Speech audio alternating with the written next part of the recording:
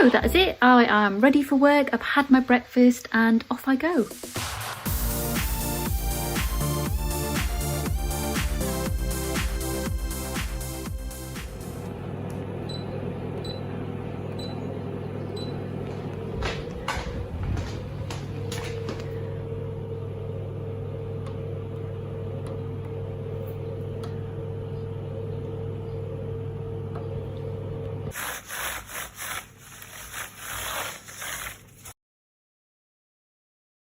So now that I'm set up, I'm just going through my list for the day. Obviously I can't show you my screen for confidentiality reasons, but it looks like I've got a mixed range of blood pressures, smear tests, a few B12 injections, a denosumab, which I can never say, injection, ECG, and some dressings. So it looks like I'm gonna have a very busy morning. I have 1, 2, 3, 4, 5, 6, 7, 8, 9, 10, 11, 12, 13 booked in just for this morning. So yeah, but I finish at 1 today, so it's not too bad. So now I know what my list is like. I know that I've got blood pressure first. I'm gonna get the blood pressure stuff ready. And then I know I've got a smear test. I'm gonna get the couch ready and all my smear tests set up. Let's go.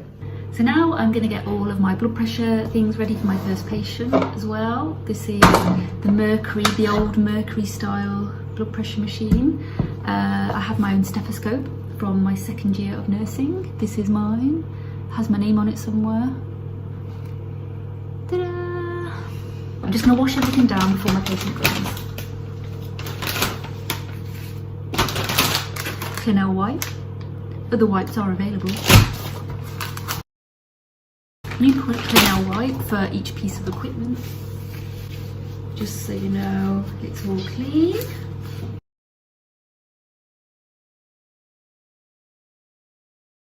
So for my smear test, you need a couple of different size speculums for your patient, pot holder, a cervical brush. It looks a lot worse than it is, guys, don't worry. So yeah, pot, make sure the date is in date, make sure clear fluid to the line, put it in there, put your brush in there, job done. Then your sample bag, and lastly some information for your patients if they don't know the information. You can give them these. And lastly, sign for the door. Time to put the mask on. Ta-da! Let's do this. Next up we have our B12. Little glass bottles are the devil. So a little tip for you, take your syringe out of the pack. Use the pack to open your bottle. Ta-da!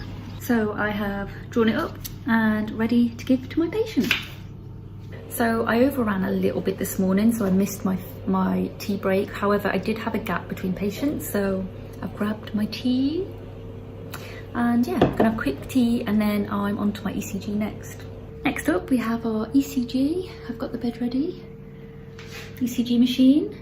12 lead ECG, which is actually only 10 leads, but it's called a 12 lead ECG because of the 12 points of the heart or something that it captures, something like that. But yeah, this is our machine. We just put in our patient ID and things, which I'm going to do now before setting it all up, and then I'm going to get my patient in. Here we go. This is a sort of semi-urgent referral. This person doesn't have chest pain or anything like that, but their blood pressure is very, very high and they're suffering from headaches and things like that. So the first thing we need to do is an ECG, make sure they haven't got any cardiac issues, and a blood test to make sure that everything in their bloods is good. So things like thyroid, things like glucose levels, things like a full blood count, cholesterol, all the little things that you can think of. Kidneys, oh, how can I forget kidneys? Blood pressure, yeah.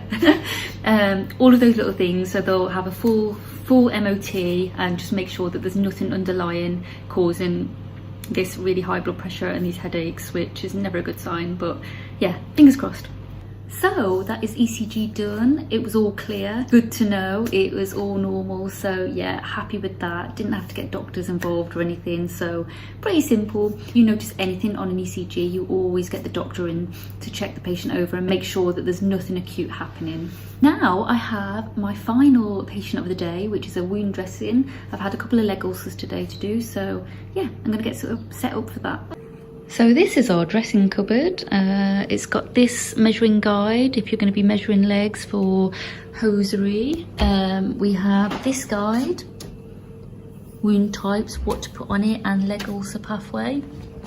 And then this is all of our different types of dressings. So today I will need a patient pack, which has your gloves, goggles, and everything in it. This patient has Idoflex, which is an iodine dressing that's quite a squidgy one, so you sort of mold it and then put it into the ulcer. And then this person will always have these absorbent dressings over the top to sort of absorb any fluid that might be leaking out. And I'm also going to be using Prontozan, which is a really good solution if they have a biofilm over the top of the wound. And you'll know it's a biofilm because it'll be like a shiny coating over the wound, and you want to get rid of that and break down the layer so that your patient's wound can heal. And lastly, some of this, which is like a bandaging that's gonna hold everything on.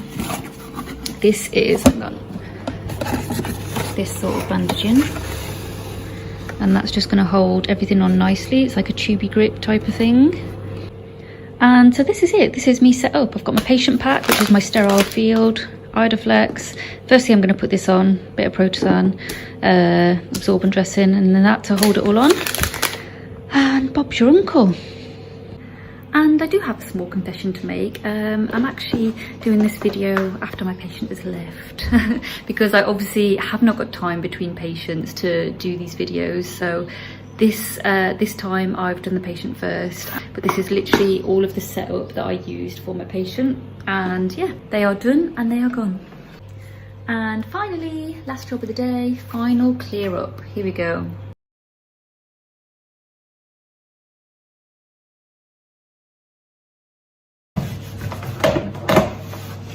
Don't forget your phone. I've got an issue, guys.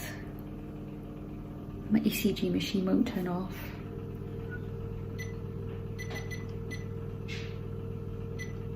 Off. Go.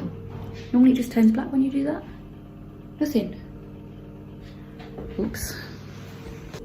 And that, my lovely friends, is a day in the life of a GP nurse. But for now, au revoir.